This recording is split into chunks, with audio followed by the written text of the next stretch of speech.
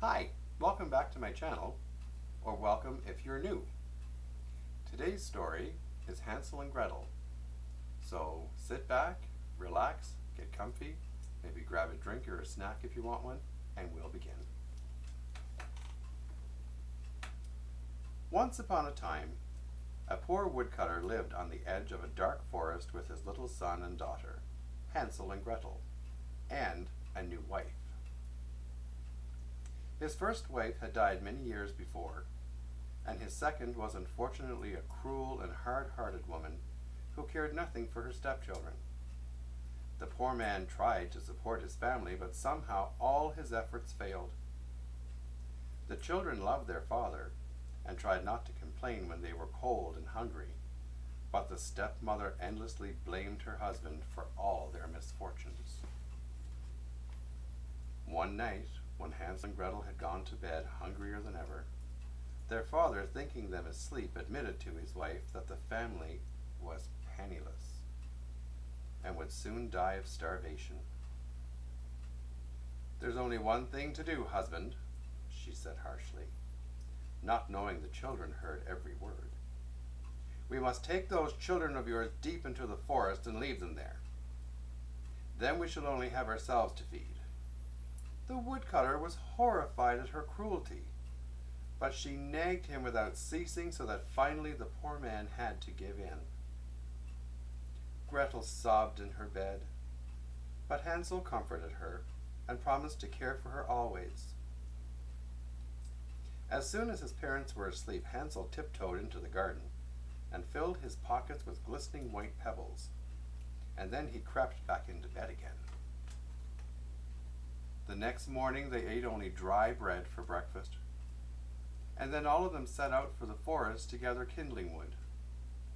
Hansel walked behind his parents, carefully dropping the little white pebbles one by one to mark a path to find his way home again.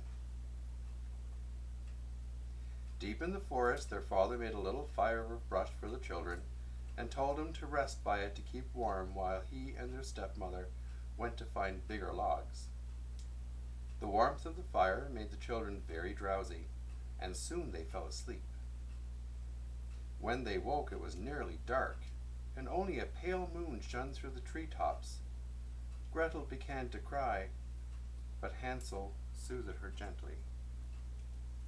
Hansel tried to be brave, even though he was just as frightened as his sister in the dark and lonely forest. "Come, Gretel," he said confidently. "If we follow my little white stones, they'll lead us straight home." Glistening in moonlight, the white stones marked their homeward path clearly, and before dawn the children joyfully saw their cottage in the distance again. Their father rejoiced and embraced them and shared his morning crust, but their stepmother only scolded them for their lateness, and afterwards nagged her husband to go into the forest again the next day with the children to lose them. Once again she forced him to agree. Although the children had overheard all, their stepmother made them leave so early in the morning that Hansel had no time to collect his little white pebbles again. So as he walked, he scattered behind him a trail of crumbs from the dry bread his stepmother had given him for breakfast. Once again their father built a fire for the children in a clearing, and once again he left them alone in the forest, where they would soon fall asleep again. When they woke, night had already fallen, and pale moonlight peeked through the trees. But this time it did not light the path of crumbs Hansel had made in the morning, because the path had now vanished. The birds had feasted on his trail of breadcrumbs, and not a morsel was left. First they tried one path, and then another, but each one led them deeper and deeper into the forest. Soon Hansel knew they were hopelessly lost, and tried as best he could to comfort his little sister, even though he badly needed comforting himself. "Don't worry, Gretel," he said bravely. "We'll find our way home easily in the morning when it's light." "But I'm very hungry," sobbed his sister. "So am I," Hansel replied, "but I'm sure we'll find some nuts or sweet berries in the morning." I'm tired too. I want to sleep in my own bed. Gretel went on, crying even harder.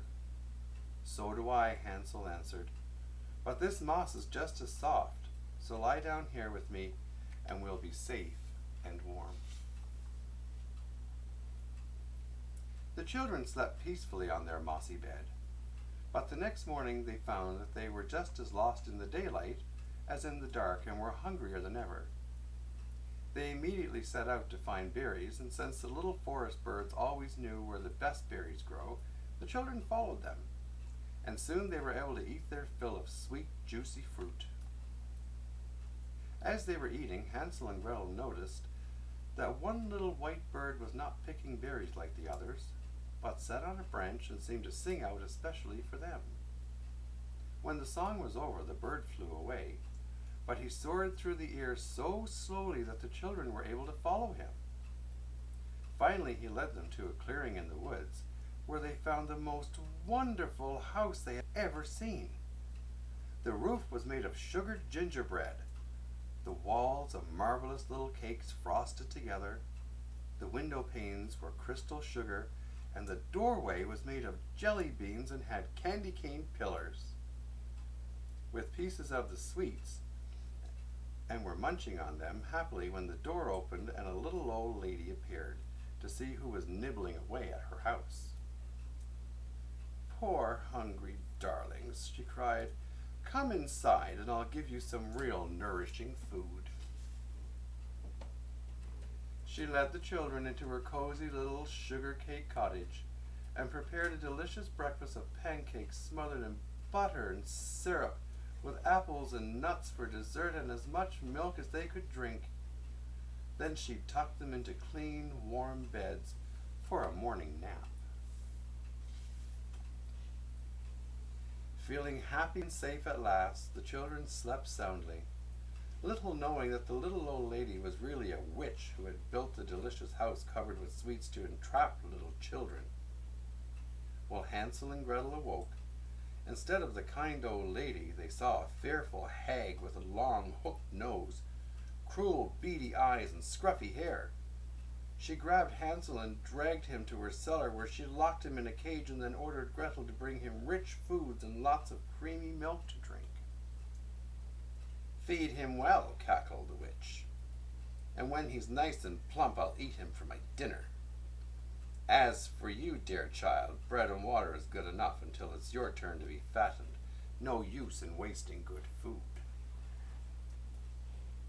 Every day the witch came to see how plump Hansel was getting.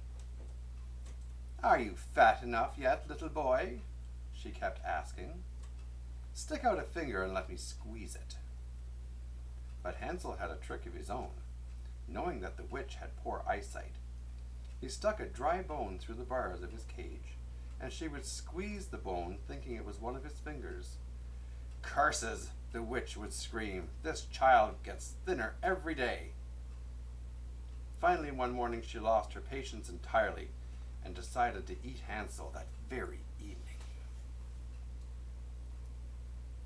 She built a fire and told Gretel to climb inside the oven to find out when it was hot enough. But Gretel pretended not to understand.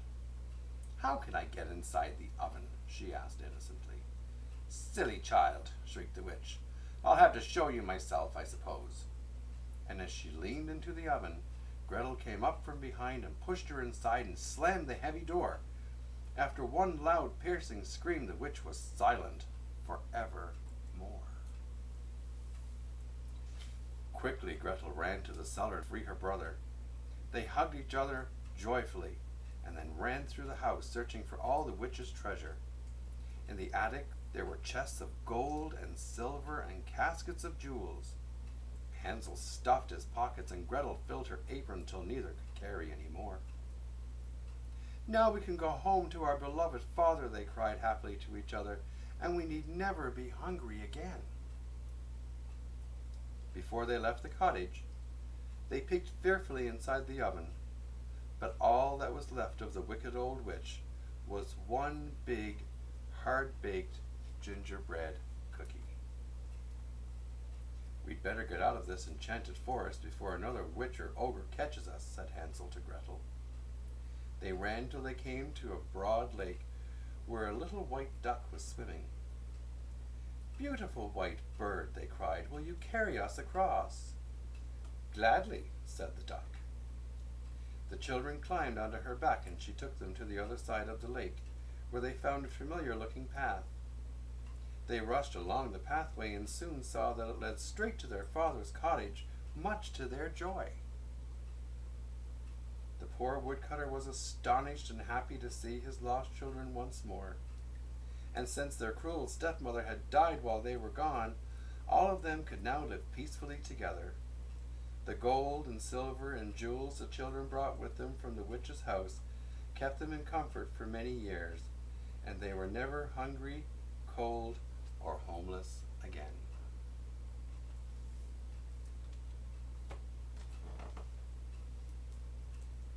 Thank you for watching, and don't forget, click the bell and subscribe to find out when more stories are coming. Bye for now.